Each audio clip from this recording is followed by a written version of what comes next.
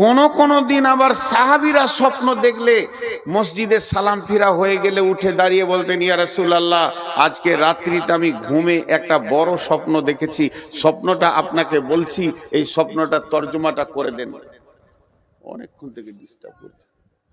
এইটা হতো।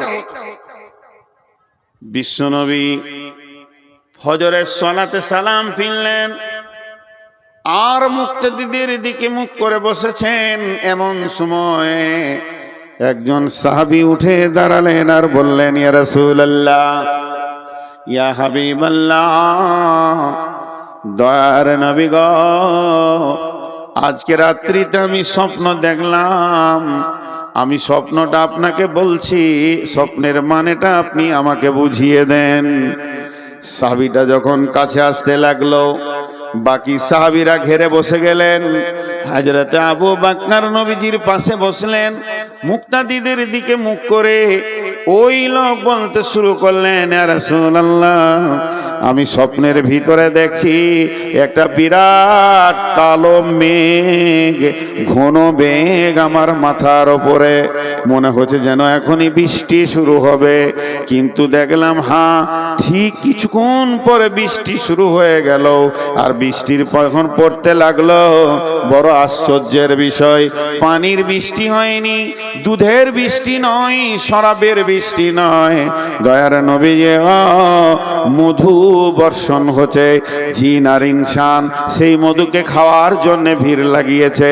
কেউ পেট ভরে খেয়েছে, কেউ সামান্য খেয়েছে, কেউ এক দু ঘুট খেয়েছে, কেউ আবার খেলো না, দয়ার নবী। তারপরে পরে দেখলাম ওই বৃষ্টির ভিতর দিয়ে একটা লম্বা রশি ঝুলছে।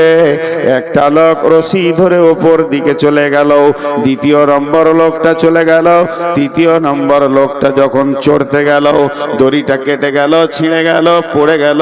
কিন্তু লোকটি বড় মজবুত ছিল, গিঁড়া লাগিয়ে আবার উঠে চলে গেল দড়ি ধরে।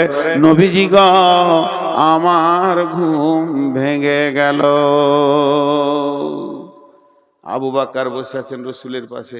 তা আবু বকর কি করছে, যে স্বপ্ন দেখেছে ওর মুখের দিকে একবার দেখছে, রসুলের মুখের দিকে একবার দেখছে, আবার ওর দিকে দেখছে, আবার এর দিকে দেখছে। আল্লাহ নবী বলছে, আবু বকর তুমি কেন এমন করছো? বলছে, হুজুর, ও স্বপ্নে কি দেখেছে এই মানেটা আমি করে দিতে পারবো, আমি আজকের স্বপ্নের মানেটা বলে দিতে পারবো, কিন্তু আপনি যদি পারমিশন দেন, ভুল হলে তো আপনি আছেন। নবীজি বলেন, আবু বকর তুমি বলো। মুসলমান কান করে শুনেন। আবু বকর বলছেন, ভাই, প্রথম নম্বরে তুমি দেখেছো কালো মেঘ, ওটা মেঘ নয়, দিন ইসলামের সুশীতল ছায়া। দুই নম্বরে দেখেছ ওই মেঘের মধু বর্ষণ হচ্ছে, ওটা মধু নয় রে বন্ধু, আল্লাহর কালাম পাক নাজিল হচ্ছে, কোরআন। তিন নম্বরে দেখেছ জিন ইনসান সেই মধু খেতে এসেছে, কেউ পেট ভরে খেলো, কেউ সামান্য খেলো, কেউ এক ঘুট দু ঘুট খেলো, কেউ খেলো না। তার মানে ওখানে যে মধু পেট ভরে খেয়েছে কোরআনের হাফেজ হবে, আবার অল্প খেয়েছে অল্প মুখস্থ করবে, এক দু ঘুট খেয়েছে ছোট ছোট দুটি একটি সূরা মুখস্থ করবে। কিন্তু যে মোটি খেলো না, আল্লাহ তাকে কোরআন পাকের মতো জ্ঞান দেবেন না। এরপরে তুমি দেখেছো ওই বৃষ্টির ভিতর দিয়ে একটি রাস্তা, একটি রশি ঝুলছে, ওটা রশি লয় ভাই, ওটা সূরা বাকারার একটি আয়াত, ইহদিনাস সিরাতাল মুস্তাকিম, ওটাই হলো জান্নাতের রাস্তা। তুমি একজনকে দেখেছো চলে গেল, তীরে কেউ নয়, তিনি হলেন নবী মুহাম্মদুর রাসূলুল্লাহ সাল্লাল্লাহু আলাইহি ওয়াসাল্লাম, ওই রাস্তায় চলে গেলেন। তারপরে আরেকজনকে দেখেছো, সেটা আমি আবু বকর চলে গেলাম। তারপরে তিন নম্বরের লোকটা রশি ধরতে গেল, কেটে গেল, ওটা হলে হযরতে উমর, ওকে শহীদ করা হবে, ও উঠে চলে গেল, তোমার ঘুম ভেঙে গেল। এটা হলো ইসলামের সুশীতল ছায়া। কোনো একদিন এ দেশের মাটিতে কালেমার পতাকা উড়বে, তৌহিদের পতাকা উঠবে। সেদিন মুসলমান দুঃখ বেদনা ভুলে হাসিতে দুলবে, হাসি আর খুশিতে দুলবে। রবে না ব্যভিচার, রবে না অন্যায় অবিচার, থাকবে না জুলুম অত্যাচার, সকলে শান্তিতে বাস করবে। কোনো একদিন এদেশের মাটিতে কালেমার পতাকা উড়বে। হে মুসলমান, আমরা উহুদের প্রান্তে দাঁড়িয়ে আছি, আমরা বদরের প্রান্তে দাঁড়িয়েছি। কখন শুরু হয়ে যেতে পারে। এখন ভারতবর্ষের মুসলমান উহুদ বদর খন্দকের ময়দানে দাঁড়িয়ে আছে। যে কোনো সময় যে কোনো জায়গায় শহীদ এর ডাক এসে যেতে পারে। তো এ হলো ইসলাম। কিন্তু ইসলাম ওয়ালারা আজকে শান্তিতে নাই। ছোট্ট একটা বিচার আপনাদের কাছে নিব, আপনারা বিচার করবেন আর আমি শুনবো, কারণ আমি আপনাদের কাছে বিচার নিতে এসেছি। দেখেন, আমি প্রথমেই বলেছি সুগারের রুগী, মাঝে মাঝে মাপ চাবো, মাঝে মাঝে ধুমকাবো। যারা মোবাইলে রেকর্ড করছেন আর পেছনের আলোটা জ্বলছে, ভাই ওটা বন্ধ করেন, আইনে রেকর্ড করতে হবে না, বসে যান, মন দিয়ে শুনেন, এটি কাজে লাগবে। যে কথাটা আপনাদের সামনে বলছি, বিচার চাইছি। বিচারটা কি? বিসমিল্লাহির রহমানির রহিম। আল ইয়াউমা আকমালতু লাকুম দীনাকুম ওয়া আতমামতু আলাইকুম নি'মাতি ওয়া রাদিতু লাকুমুল ইসলাম দীনা। আরেকবার বলছি, আল ইয়াউমা আকমালতু লাকুম দীনাকুম ওয়া আতমামতু আলাইকুম নি'মাতি ওয়া রাদিতু লাকুমুল ইসলাম দীনা। আল্লাহর নবী যখন, কেউ বলেছে এটা কোরআনের শেষ আয়াত, কোরআন যখন শুরু হলো প্রথম আয়াতটা ছিল ইকরা বিসমি রাব্বিকাল্লাযী খালাক, আর এটা নাজিল হয়েছিল গারে হীরাতে। কোন বিরাগী মন উদাসী হীরা গুহার মাঝে, কার বিরহে চোখের পানি ঝরাই সকাল সাঁঝে।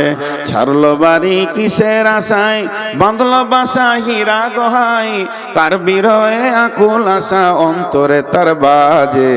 কোন বিরাগী মন উদাসী হীরা গুহার মাঝে, কি সাধনায় মগ্ন হলো, কারবা প্রেমে মন মজিল, কি সাধনায় মগ্ন হলো, কারবা প্রেমে মন মজিল, কারবা প্রেমে আকুল আশা অন্তরে তার বাজে। কোন বিরাগী মন উদাসী হীরা গুহার মাঝে। কি সাধ কিসের লোভে কিসের তরে, ছাড়লো বাড়ি কিসের তরে, বাঁধলো বাসা হীরা গুহায়, ছাড়লো বাড়ি কিসের আশায়, বাঁধলো বাসা হীরা গুহায়, কার বিরহে আকুল আশা অন্তরে তার বাজে। কোন বিরাগী মন উদাসী হীরা গুহার মাঝে। প্রভু তারে করলো বরণ সারা জাহান মাঝে, মন বিরাগী মন উদাসী হীরা গুহার মাঝে। হঠাৎ হলো জানাজানি, ওই চেয়ারটা দেন তাই পাশে, আর কোরআন শিফটে দেন, আমি অনেকক্ষণ থেকে খুঁজছি। হঠাৎ হলো জানাজানি, হঠাৎ হলো জানাজানি, কানাকানি আসলো প্রিয়র অসীম বাণী, আধার ধারা ওজল হলো কোরআন নূরের তাজে। কোন বিরাগী মন উদাসী হীরা গুহার মাঝে। সূর্য যত আলো না করতে পারে, সূর্য আমেরিকাকে আলো করেছে, কিন্তু এখন ভারতকে আঁধার রেখে দিয়েছে। যত বড়ই সূর্য হোক না কেন, একসাথে পৃথিবীকে আলো করতে পারবে না। আমার আল্লাহর কালাম পাক সারা বিশ্বকে আলো করে দিয়েছে। পায়খানার ভিতরেও দলিল দিয়ে দিয়েছে, বিবির সঙ্গে কম্বলের ভিতরে গোপনে থাকবে সে দলিল বলে দিয়েছে। আলো এমন একটা জায়গায় নাই যে ইসলামের আলো পৌঁছায়নি।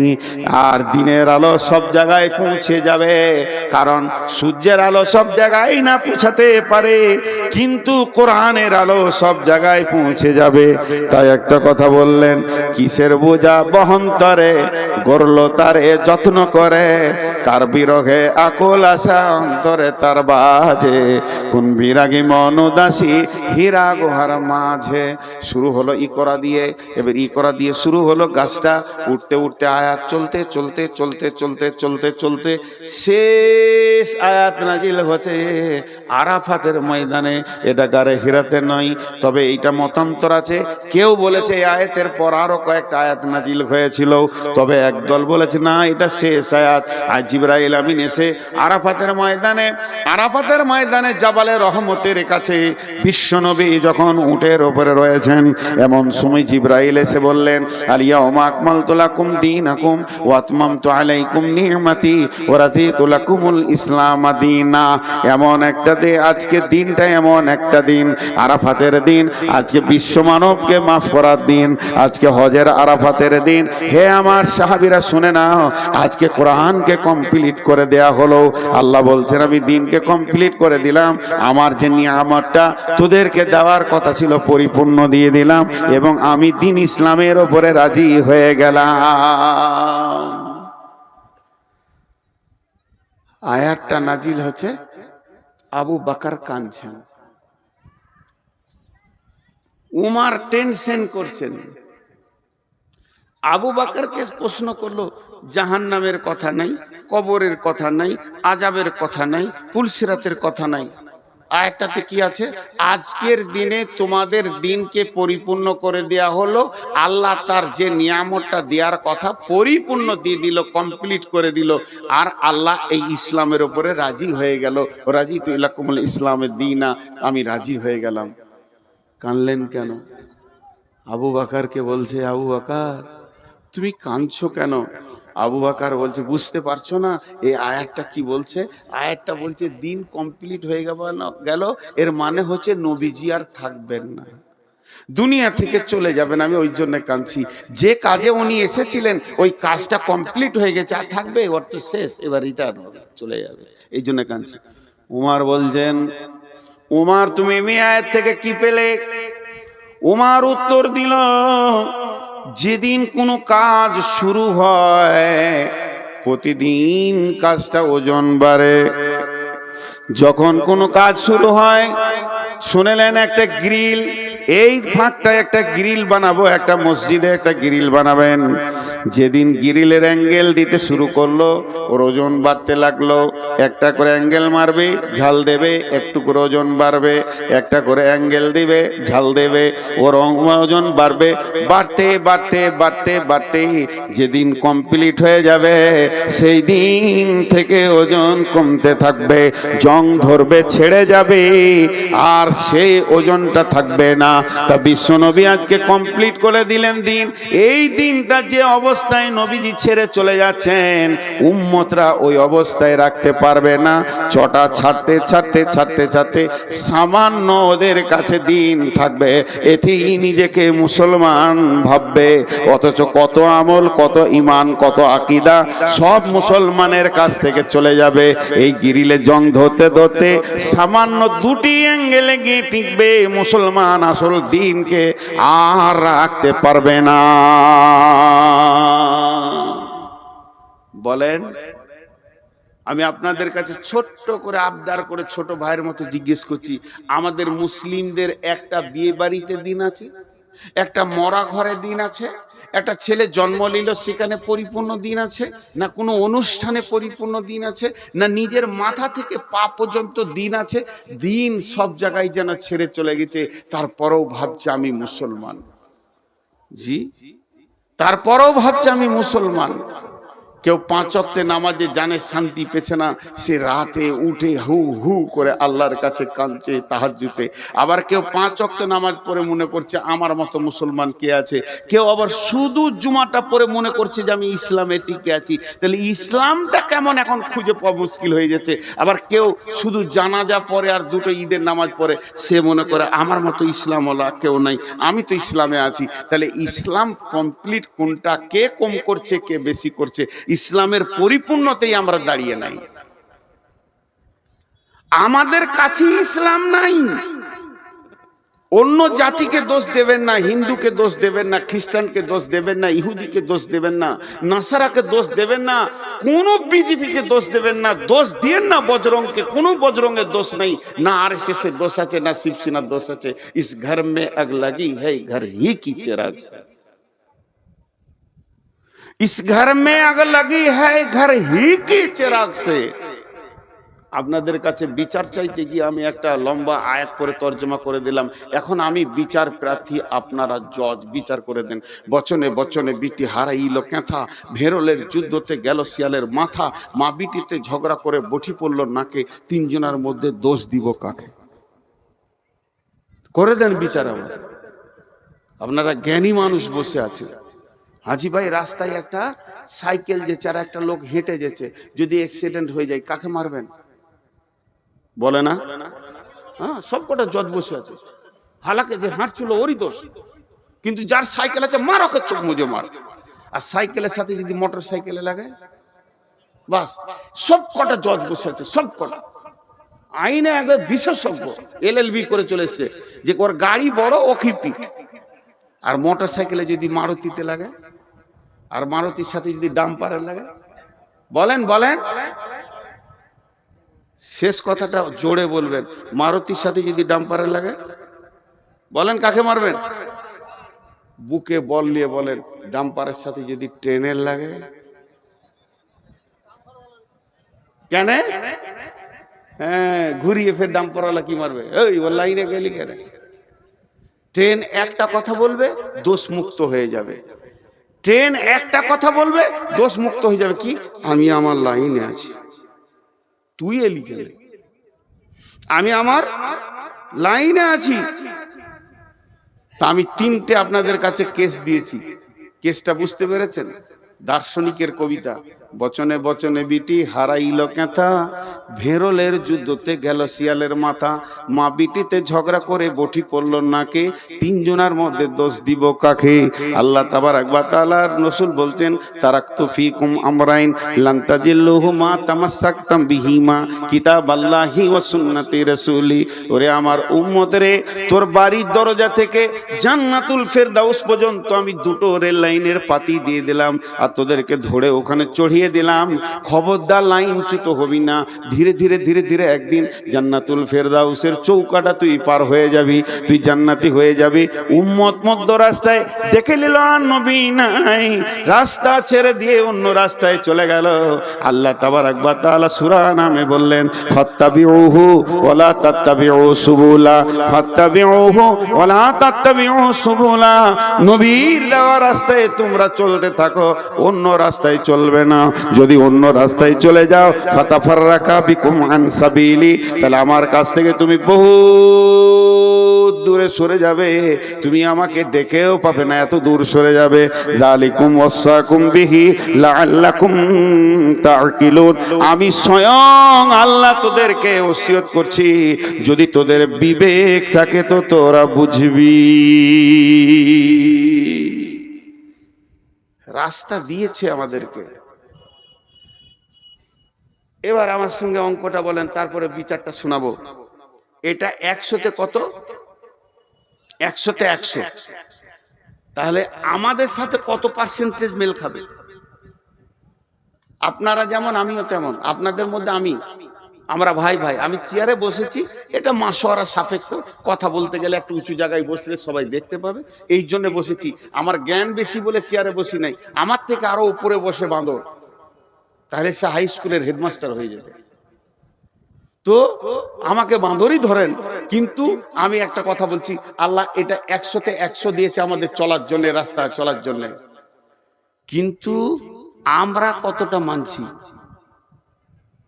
বলেন? কতটা মিলবে আমাদের সাথে? 5%, 2%? জি 2% মেনে নিলাম, 5% তর্কের জন্য, তাহলে 95 একে অ্যাভয়েড করে চলছি।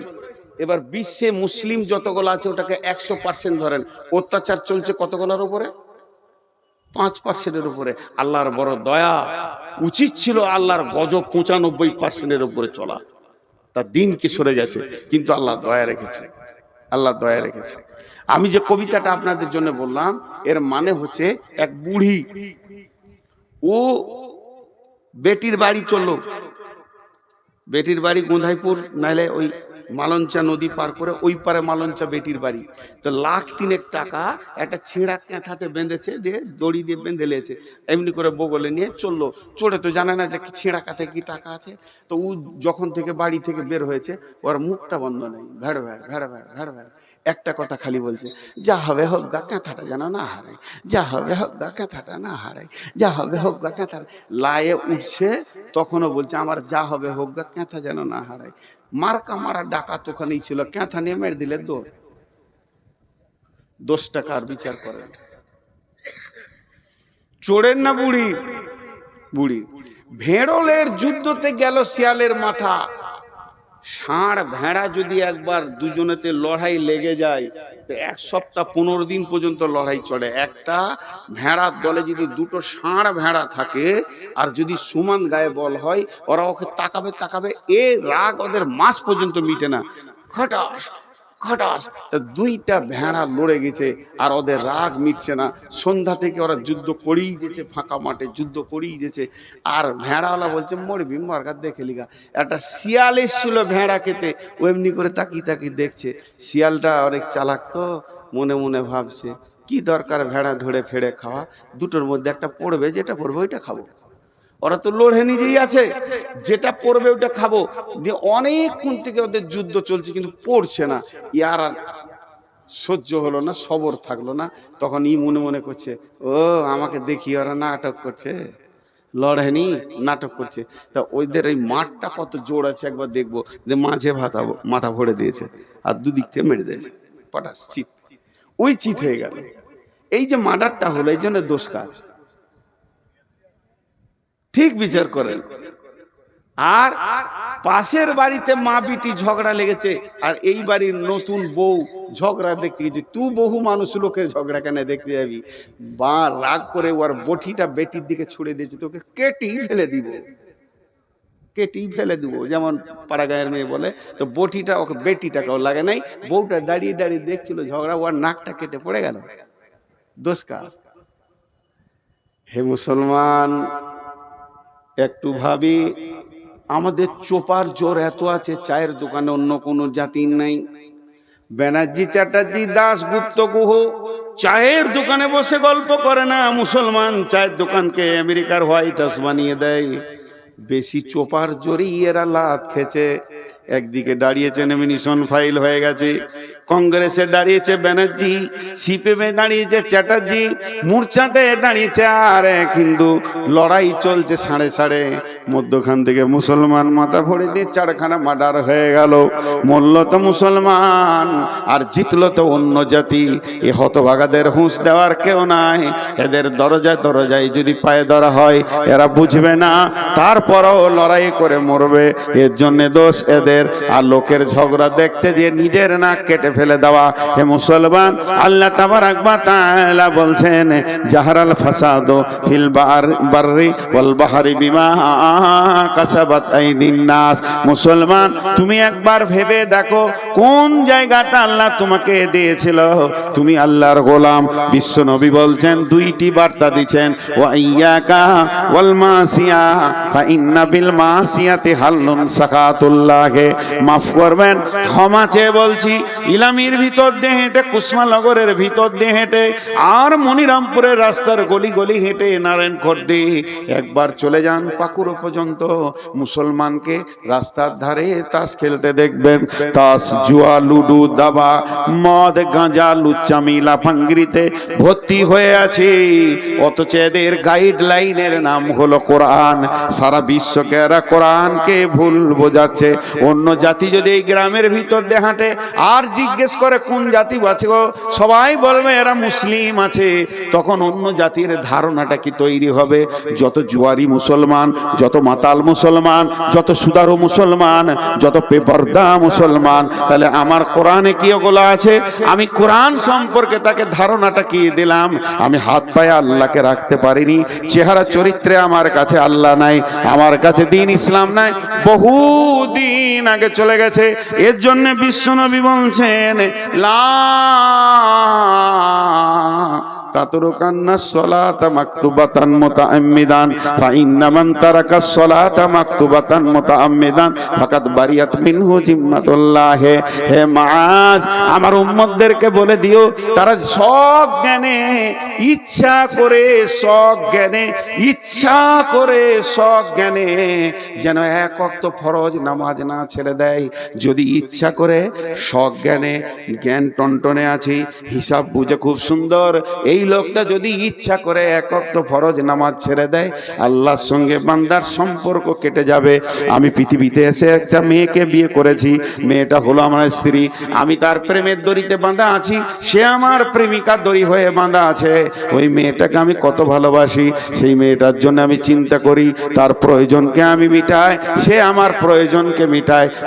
দুইজনে এত মহব্বত, একজনের চোখে পানি দেখলে আর একজনের ঘুম হয় না। আমার বিবির মাথা ধরলে আমার মাথা ধরে যায়, কেননা তাকে আমি ভালোবাসি।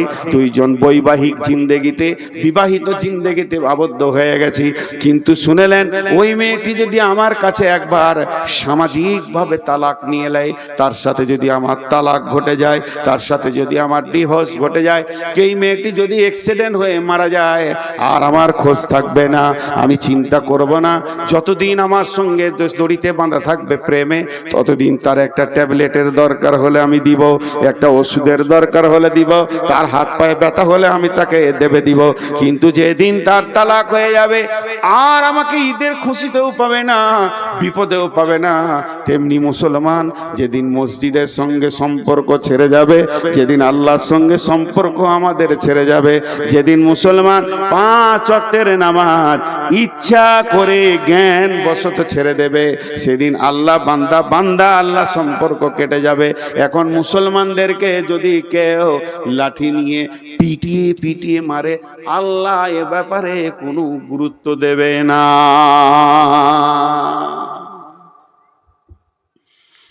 আমরা মাবুদকে ছেড়ে দিয়েছি অনেক আগে, মাবুদ আমাদেরকে ছাড়েনি। এত জুলুম অত্যাচার চলছে, তাও বেনামাজির ভিড়। একটা খারাপ কথা বলবো, ওইটা ছাড়া আর আমার কাছে উদাহরণ কিছু নাই। আপনাদেরকে খারাপ লাগবে, তাও শুনতে হবে। এই জালসা করতে গিয়ে বহু লোক ডাকে আমার বাড়িতে চলেন, আমি যাই না। বহু লোক বলে 1 কাপ চা খান, আমি খাই না। লোকে ভাবে অহংকার, ওইটা লয়, ওটার ভেজাল আছে। খুব শক্ত ওইটা খাওয়া। 1 কাপ চায়ের কত দাম জানেন? 5 টাকা না, কোটি টাকা দিয়েও মিটানো যাবে না। আমি যদি কারো কাছে 1 কাপ চা খেয়ে নিয়েছি, তাহলে ও বিপদ করে দিয়েছি। হঠাৎ একদিন বর্ধমান গেছি কোনো কাজে, প্রতিদিন যদি এত গলা করে লোক দেখি, আমার মনে থাকবে? আপনারা বলে মনে থাকবে? ও এসে হ্যাঁ হ্যাঁ করে সালাম, সালাম আলাইকুম করে, মুসলমান, ওয়ালাইকুম সালাম। চিনতে পারছেন? আচ্ছা, চিনা যাবে। তাহলে তখন শুকনা ঢোক বলছি, কত চিনব রে বাবা, গোটা পশ্চিমবঙ্গ, আসাম, ঝাড়খণ্ড, বিহার, কোথা বাড়ি গো? মনে ওই যে আমি চা খাইলাম, চায়ের গুষ্টি বেশি তোর সালা।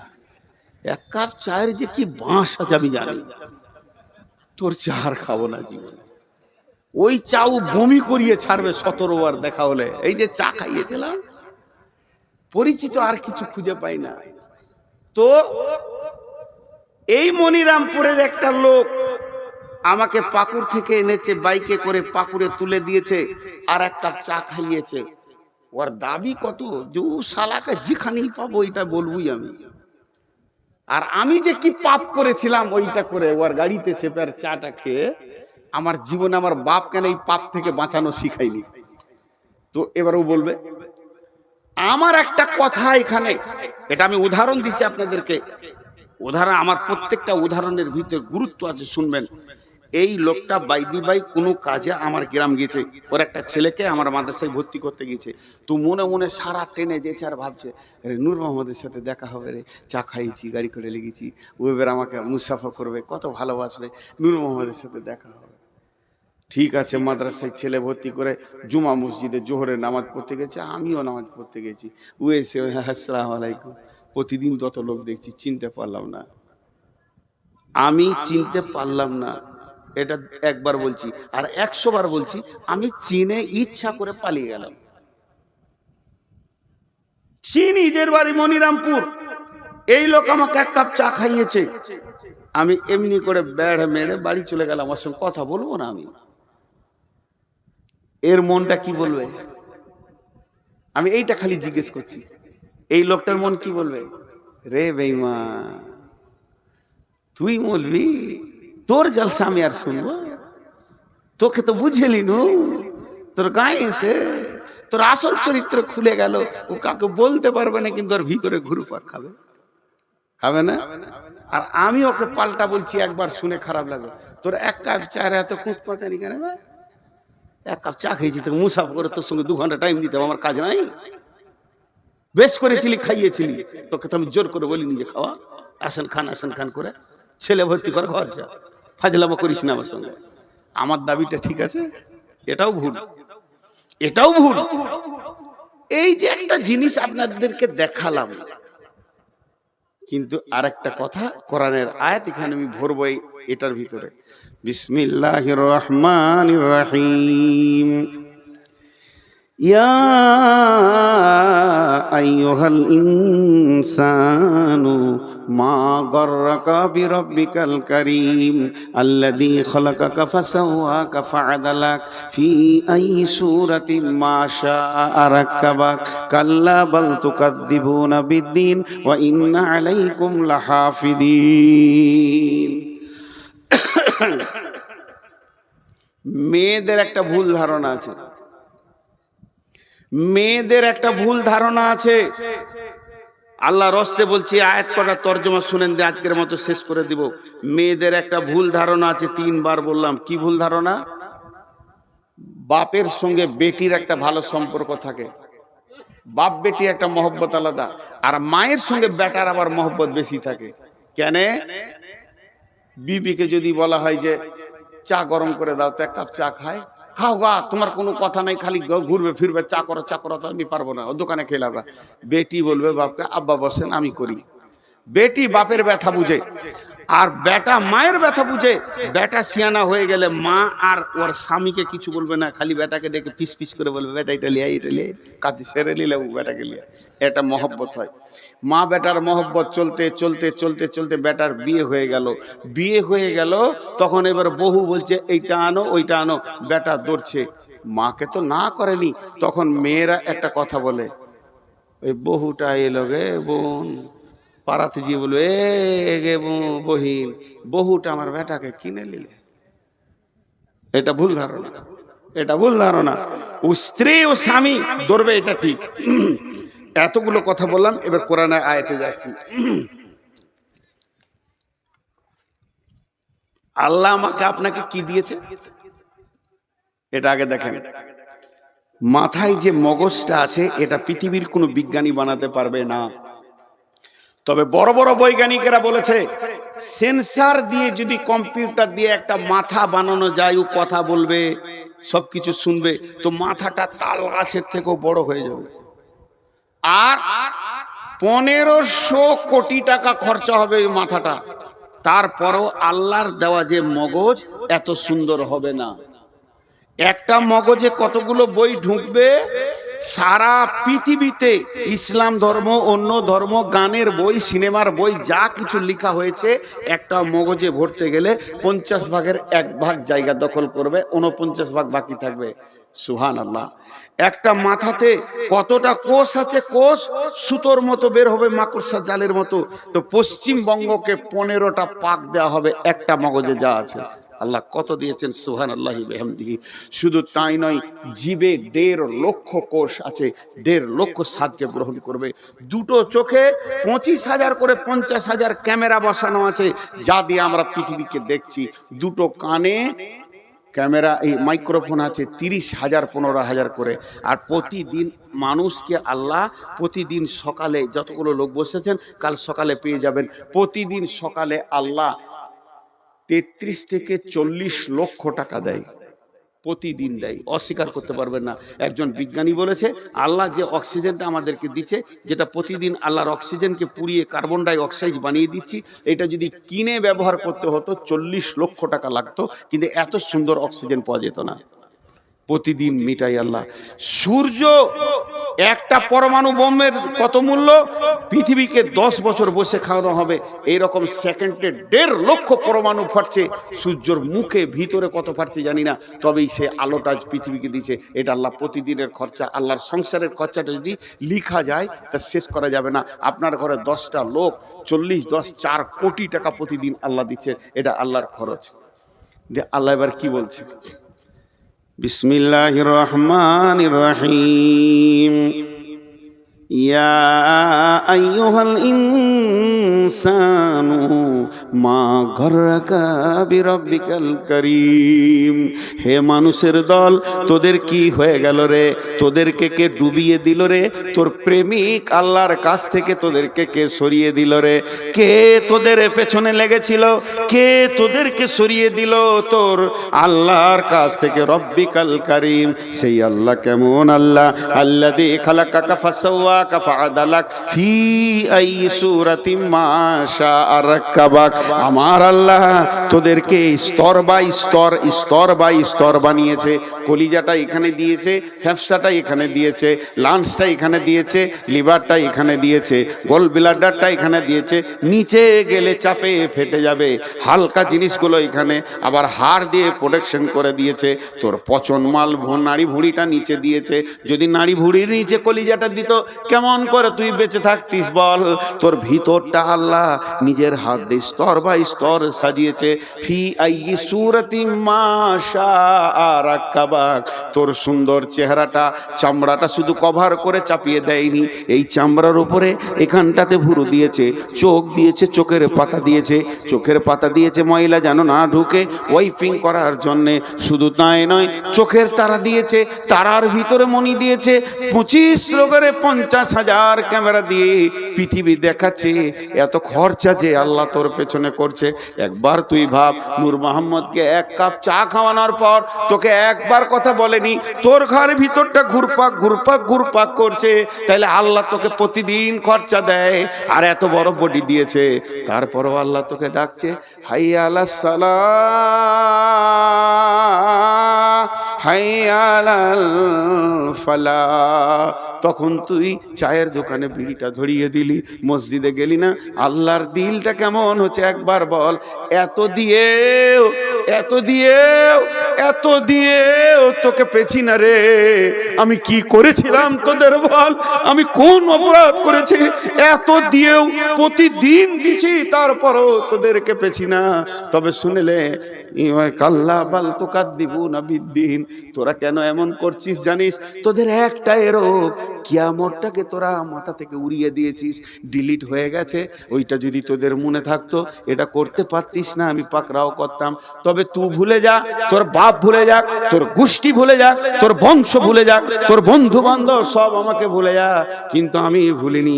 তোর মতো বেঈমানের পেছনে ওয়া ইন্না আলাইকুম লাহাফিদিন, আমি 2টে ফেরেশতা রেখে দিয়েছি, সিবিআই এর মতো কিরামান কাতিবিন, তারা সম্মানীয় লিখক। তোর দিলে তিলে তিলে তিলে তিলে তিলে রাতের অন্ধকারে গোপনে লেপের ভিতরে, পায়খানার ভিতরে, আর ভুট্টা ভুঁয়ে, ধানের ভুঁয়ে, তুই লুকে গিয়ে চুরি করছিস, জেনা করছিস, মদ খেয়েছিস, সব যেন লিপিবদ্ধ হচ্ছে। ইয়ালামুনা মা তাফআলুন ইন্নাল আবরারা লাফি নাঈম, যার ভালো হবে জান্নাতে চলে যাবি, ওই ইন্নাল ফুজ্জারা লাফি জাহিম, জাহান্নামে চলে যাবে। আমি কিন্তু তোকে শুধু একা ছেড়ে দিইনি, তোর পেছনে সিআইডি দিয়ে ছেড়েছি। কি হলো তোদের, এত দেওয়ার পর কেন আমার ঘরে তোরা আসিস না? তাই আল্লাহ বললেন ফাতারাব্বাসু হাত্তা ইয়াতিয়াল্লাহু বিআমরিহি ওয়াল্লাহু লা ইয়াহদিল কাওমাল ফাসিকিন। এই কটা সব ইউটিউবার বসে আছে, একটা যদি বাজে ছবি পায় বদদুয়া করে দেবো, বংশ শুধু পোকা মরে যাবে। হ্যাঁ, পাকা দাড়ি গো, সোনের মতো সাদা হয়ে গেছে, রুজবে না। কোনো বেটি ছেলে যদি আমাকে দেখে তো রুজবে না যে বুড়াকে বিয়ে করবো রে। আমার জালসার পেছনে দুদিকে দুটা ইয়ং মেয়ে দিয়েছে, অশালীন কাপড় পরা, এই ইউটিউবাররা ছবিতে দিয়েছে। এগুলো সহ্য হবে রে ভাই, সহ্য হবে? ওটা না দিলে কি তোর ভিউ বাড়তো না, না লোক শুনতো না? নূর মোহাম্মদের বায়ান শোনার জন্য হাজার আছে, দিবে না। এখন একটা কথা বলছি, একটা উদাহরণ দিয়েছি সাপের, তো বেদের ছবি দিয়েছে। তোর বাপ বেদে ছিল রে কুত্তা, বেদের ছবি দিয়ে দিয়েছে। তো আজকে আপনাদেরকে একটা উদাহরণ দিচ্ছি, হে মুসলমান। এবার এতক্ষণ যা বক্তব্য রাখলাম, এই বক্তব্যটা টোটাল একটা শব্দ হবে সমস্যা। বক্তব্যটা কি ছিল? সমস্যা। আমরা এই করছি, ওই করছি, আল্লাহ থেকে সরে গেছি, রসুল থেকে সরে গেছি। জি, আল্লাহ থেকে সরে গেছি, রসুল থেকে সরে গেছি। আচ্ছা, SIR চলছে আমাদের দেশে, খালি নামের একটু ভুল, হস্য ছিল দীর্ঘ হয়ে গেছে, বলছে চলবে না, ডিলিট। ও ভারতের নাগরিক লয়, এটা মানুষ করছে। হাজি আজকে ফুল দাড়ি কেচেছে, বেল করে নিয়েছে, তারপরে ও বলছে আমার নাম হলো, আমি নবী মোহাম্মদের উম্মত। ওরা কপালে ঝাঁটা দিতে হয় কি হয় না? হিসাব মিলছে। কুল ইন কুনতুম তুহিব্বুনাল্লাহ ফাত্তাবিউনি ইউহিব্বুকুমুল্লাহ। আল্লাহকে ভালোবেসে কোলানো যাবে না, আল্লাহর হাবিবকে ভালোবাসো। হাবিবের চেহারাই নিয়ে এসো। কেউ আনছে না, খালি চেয়েছে নামিয়ে দিতে। হাজি ভাই, আমাদের বর্ধমানে একটা মেয়েদের কথা আছে, বেটি ভাঙে ঘোড়া, ঘরে থাকে ভরা। ঘোড়া মানে কাঁসার ঘোড়া। বেটি পানি আনতে গেছিল, কোল থেকে পড়ে গিয়ে পাথরে পড়ে ঘোড়া ভেঙে গেল। তো ঘরে চুপ করে মা বলছে যে আচ্ছা ভেঙে গেছে, থেকে থাক, তোর আব্বা আসবে, বলবো ওটা পাকুড়ে দিয়ে চেঞ্জ করে ভালো ঘোড়া নিয়ে চলে আসবে। চুপচাপ ওটাকে ঢেকে দিলে, চৌকির তলায় দিয়ে ঢেকে দিলে। বেটি ভেঙেছে ঘোড়া, ঘরে আছে ভরা। আর বহু ভেঙেছে সরা। সরা মানে বুঝেন তো? উচ্চ বাংলায় সরা বলা হয় মাটির ঘোড়া আছে না, আরে বলেন মাটি ঘোড়া আছে না, ওটাকে উচ্চ বাংলায় সরা বলা হয়। বহু ভেঙেছে সরা, তো হয় পাড়া পাড়া। খালি শাশুড়ির লোককে বলছে বহুটা ভালো লাগে, হাঁড়ি টুড়ি ভেঙে কিছু লাগছে না, লোককে বলে বেড়াচ্ছে। বউ আর বেটিকে পার্থক্য করেছে। আজকে ঝাড়খণ্ডে বলছে গরু খেতে পাবি না, তো বিজেপি আমাদের বিরুদ্ধে লেগে গেছে। এবার আমার প্রশ্ন, বিজেপি আমাদের বিরুদ্ধে লেগেছে, RSS লেগেছে, বলছি ঠিক আছে, কথাটা বাঁয়ে জমা দেন। কোন রাজনৈতিক দল আপনাকে মসজিদ থেকে বের করেছে? উত্তর দেন। কোন রাজনৈতিক দল আপনার ইয়ং মেয়েটাকে বেপরদা রাখতে বলেছে? উত্তর দেন। কোন রাজনৈতিক দল আপনার গালের দাড়িটা চেয়েছে তেল করে দিয়েছে, বেল করে দিয়েছে? কোন রাজনৈতিক দল? তুমি আগে লাইন ছুটো, নিজের দোষটা নিজে খুঁজে বের করো, তারপরে লোককে দোষ দিবে। লোককে দোষ দিয়া বড় আসান। তো এতক্ষণ যা ছিল তা খালি সমস্যা। এবার সমাধানের কথা আপনাদের সামনে দুটি আয়াত পড়ে সমাপনী ঘটাবো। ঠিক 12টায় ছেড়ে দিব ইনশাআল্লাহ। হ্যাঁ, ওয়ালাইকুম সালাম। আর চিঠিপত্র তো আমি লিব না, চিঠি এলো ইনশাআল্লাহ, পোস্ট অফিসে চিঠি ঢুকে যাবে, তারপরে পিয়ন আসবে কালকে। এই চিঠিটা দিলে মানে জানেন, হাসি লাগবে আপনাদেরকে শুনে, বলবো না? আপনারা নিজের লোক বলি বলছি, হাসির কথা। আমার এক ওস্তাদ বলতেন, তুমি রাস্তায় হাঁটবে, পেছন দিকে সাইকেলওয়ালা যেন বেল না বাজায়। যদি বেল বাজায় তাহলে তুমি জেনে লিও তোমার চলন সোজা নাই। আমি এমন চলবো কাউকে বেল বাজাতে দিব না। আর যদি বেল বাজায় তার মানে ওই সাইকেলওয়ালা বলছে, এই বোকা সোজা হ, এই গাধা সোজা হ। তাহলে তুই গাধা নেই, বোকা হয়ে গেলি। আর এই চিঠি দেয়া মানে হচ্ছে তোর হুঁশ নাই, হুঁশটা দিলাম, কাজটা করিস। আমার নাম নবাব, কিছুরই নাই অভাব, ভিক্ষা করা স্বভাব, প্রতিদিনের অভ্যাস। এইটা যদি কেউ বলে, ইন্দুরকে মাটি কাটতে বলতে হয় ভাই আমার। ছি ছি ছি ছি। বেশ, এটা পরে হচ্ছে, আমি সমাধানের কথা বলছি। বিসমিল্লাহির রহমানির রহিম। ফালিয়াবুদু রব্বা হাযাল বাইত আল্লাযী আত'আমাহুম মিন জু'ইন ওয়া আমানাহুম মিন খাউফ। মনিরামপুরের লোক, অত্র এলাকার লোক, আল্লাহর রাস্তা দিচ্ছি আপনাদেরকে, মানুষের রাস্তা দিইনি। হাত দুটো ধরে বলছি, কেউ উঠবেন না। প্রয়োজনে আপনারা আমার বাপের বয়সে যারা আছেন তাদের পায়ে ধরছি। লজ্জার বিষয় নিয়ে আমি এই এলাকায় মানুষ হয়েছি, আপনাদের ছেলে। যারা আমার সমবয়স, যারা আমার বয়সে ছোট, তাদের হাতে ধরে বলছি, এইটা একটু ধ্যান দিয়ে শুনেন। আল্লাহ বলছেন, এই কোরআনে বলছেন আল্লাহ, লি ইলাফি কুরাইশ সূরাটা আমরা সকলেই জানি, বাচ্চা ছেলেরও মুখস্থ আছে। ওইখানে কি বলছেন আর একবার বলি। বিসমিল্লাহির রহমানির রহিম। ফালিয়াবুদু রব্ব হাযাল বাইত আল্লাযী আত'আমাহুম মিন জু'ইন ওয়া আমানাহুম মিন খাউফ। যতগুলো মুসলমান আছেন, আল্লাহর রাস্তা দিয়ে বলছি, বাঘের মতো একবার উচ্চ স্বরে বলেন, সারা পৃথিবী যেন বুঝতে পারে মুসলমানের ব্লাডে এখনো পর্যন্ত ঈমান আছে। এরা কোরআনকে হৃদয় দিয়ে ভালোবাসে। এই গোটা কোরআনের ভিতরে একটা আয়াত ভুল আছে কি? জোরে বলেন। এটা জোরে হলো না।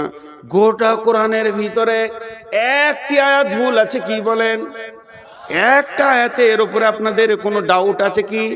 সন্দেহ আছে কি? নাই, যা আছে তা সত্য। আমি দুটি আয়াত আপনাদেরকে বললাম। আল্লাহ তাবারাক ওয়া তাআলা বলছে, তোকে কে মেরেছে, তোর পিঠের কে চামড়া তুলে নিয়েছে, তোকে কে টেনশনে ফেলে দিয়েছে, ওইগুলো সব ছুঁড়ে ফেলে দে। তুই একটা কাজ কর, ওই যে ঘরটা রয়েছে রাস্তার কোণে, ঘরটার মালিককে, মসজিদের মালিককে আল্লাহ। এই আয়াতটা নাজিল হয়েছে কাবাকে কেন্দ্র করে, কিন্তু মসজিদের দিকে আঙুল দিয়ে বলা হবে, ফালিয়াবুদু রব্বা হাযাল বাইত। হে মুসলমানের দল, ওই ঘরের রবের তোমরা পূজা করো, ওই ঘরের মালিকের তোমরা পূজা করো। ওই ঘরের রব তোমাদেরকে কি দেবে, কি দেবে, কি ওয়াদা করেছে? আল্লাযী আত'আমাহুম মিন জু', আল্লাযী আত'আমাহুম মিন জু'। অভাবের সময় সচ্ছলতা দিবে, বরকতের ডালি ভরে দিবে। আর কি চাই, আর কি চাই? দ্বিতীয় নম্বর বলেছে, ওয়া আমানাহুম মিন খাউফ। তোদেরকে বজরঙ্গে মারছে, বিজেপি মারছে, শিবসেনা মারছে, আরএসএস মারছে, ভয় করিস না, আমি রব তোদেরকে আমান দিব, নিরাপত্তা দিব। কেমন নিরাপত্তা দিব? চলে যায় সূরা নূরের 55 নম্বর আয়াতে, ওয়াদাল্লাহুল্লাযীনা আমানু মিনকুম ওয়া আমিলুস সলিহাতি লা ইস্তাখলিফান্নাহুম ফিল আরদি কামাস্তাখলাফাল্লাযীনা মিন কাবলিকুম। আল্লাহ বলছে, তোদের সঙ্গে আমি ওয়াদা করছি, হে আমার গোলাম, আমি রব, আমি আলেম নয়, মৌলবি নয়, নবী নয়, স্বয়ং রব।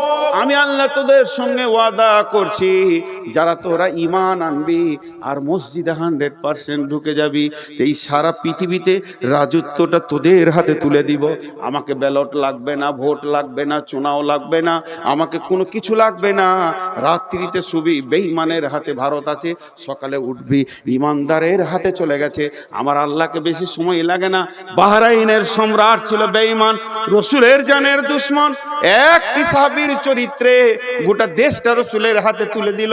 আল্লাহ তাবারাক ওয়া তাআলা বলছে, তোরা যখন কামেল ঈমানদার হবি, ওই নরেন্দ্র মোদী বেঈমান হালাতে রাতে শুবে, ফজরে উঠে নিজেই কালেমা পড়ে আশহাদু আল্লা ইলাহা ইল্লাল্লাহু ওয়া আশহাদু আন্না মুহাম্মাদান আবদুহু ওয়া রাসূলুহু, ওকে কালেমা দিতে, অমিত সাদকে কালেমা দিতে, আদিত্যনাথ জগিতকে কালেমা দিতে আমাকে 1 মিনিট টাইম লাগবে না।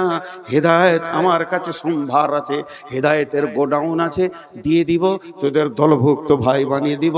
হই হই রই রই লেগে যাবে। শর্ত হলো একটা, আমাকে তোরা রাজি কর। আর আমি যদি নারাজ থাকি, সারা জীবন লড়ে যাবি, পিঠের চামড়া চলে যাবে, বেঈমান হালাতে কবরে ঢুকবি, টুকরো টুকরো করে কেটে পিস করে ফেলে দেবে, তারপরেও তারা ফিরে আসতে পারবি না। আল্লাহ তাবারাক ওয়া তাআলা এই জন্য বললেন, ফালিয়াবুদু রব্ব হাদাল বাইত। এটাই হলো সমাধান। সকলকে তওবা করতে হবে পূর্বের গুনার ব্যাপারে, আল্লাহর দরবারে ডুকরে কাঁদতে হবে এবং আল্লাহর দ্বীনকে মজবুত করে তুলে ধরতে হবে।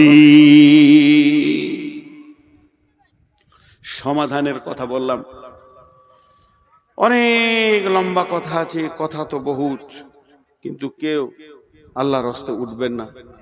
আমি আপনাদের মেহমান, আমি আলেম না হলেও আমার সব থেকে বড় ডিগ্রি আজকে মেহমান। মেহমানকে ইজ্জত করেন। আমি আপনাদের কাছে 6টা মিনিট নিচ্ছি। 6 মিনিট কাউকে উঠতে দিব না, যত কষ্ট হোক। ভাই বসেন, একবারে পুরো 12টা বেজে যাবে। আমি নিজে ওয়াদা করছি, নূর মোহাম্মদ, আপনার ঘড়ি নয়, আমার ঘড়িতে যখন 12টা বেজে যাবে, সকলের ঘড়িতে মেল হবে না, ভাবেন ওয়াদা ফিল করেছে। যখনই 12টা বেজে যাবে আমি দোয়া পড়ে ছেড়ে দেব, আজকের মতো সমাপনী ঘটিয়ে দেব। হানজালা আমার ছোট ভাই, জন্য নাম করে বলছি। তো ও যে মাদ্রাসাটা বানিয়েছে বড় ভালো লাগলো, বড় দিনী চেতনা নিয়ে বানিয়েছে। আর সারা রাত ভ্যানের জালসাও করেনি। আর জালসা আরও খাটানো দরকার, 10টাই শেষ করা দরকার। এটাও অনেক ভালো লাগছে 12টায়। আর একটা জিনিস ভালো লাগলো যে এই শুধু হানজালা একা নয়, ওর সঙ্গে যারা জড়িত রয়েছে, মাথা ভরেছে, তারাও যেটা মেনে নিয়েছে যে স্টেজে এইভাবে ভ্যান করে কালেকশন হবে তা নয়। তবে আমি শেষ বক্তা, আমি সব, তাই আমি মাত্র 5টা মিনিট আপনাদের সঙ্গে আলাপ করছি। 6 মিনিটটা 5 মিনিট হয়ে গেল। প্রতি মিনিটে আমি বলে দেব, দোয়া পড়িয়ে দেব। কেউ আল্লাহর গোলাম আছেন 5,000 10,000 একটা মোটা রকম দেনেওয়ালা? কেউ আছেন আল্লাহর গোলাম? এই তোমাদের চাদর আছে, বড় চাদর এখানে একটা বিছিয়ে দাও, এই ঘেরাটার ভিতরে। যতজন আছে পয়সা ফেলে চলে যাবে ইনশাআল্লাহ, আশা করি। জি ভাই, কেউ আছেন 2000 5000 দেনেওয়ালা? জি, 2000 5000 দেনেওয়ালা কেউ আছেন? এইখানটায় বিছিয়ে দাও। এই যে চাদরটা বিছাচ্ছি, যতগুলো লোক আছেন হাত দুটা ধরে বলছি, হৃদয়ের ভিতর থেকে মহব্বত করে টাকাটাই চাদরে ফেলে যাবেন। সবাই এই কোণাতে দেন, ওইদিকে ক্যামেরা আছে, এই কোণায় দেন। জি ভাই, আর কেউ আছেন? 5000, মাশাআল্লাহ। নাম বলার দরকার নেই। মাগো উসি সে দো দেতে হে খুশি সে, ওই দিকে আছে দেখো। মাগো উসি সে जो देते हैं खुशी से, মাশাআল্লাহ। ওই বিছিয়ে দেন, দুটা হয়ে যাবে ইনশাআল্লাহ। ওখানে বিছিয়ে দেন। কেউ আল্লাহর গোলাম আছেন 2-5 হাজার দেনেওয়ালা? কিন্তু একটা কথা বলছি, কথাই অনেক কথা আসবে। এখন উঠিয়েন না, এখন উঠলে যে মজলিসটা ভেঙে যাবে ভাই। একবার আমি দোয়া পড়বো, তারপরে উঠে দেবেন। এ যারা বুঝতে পারলেন না মনে হয়। আহা হা হা।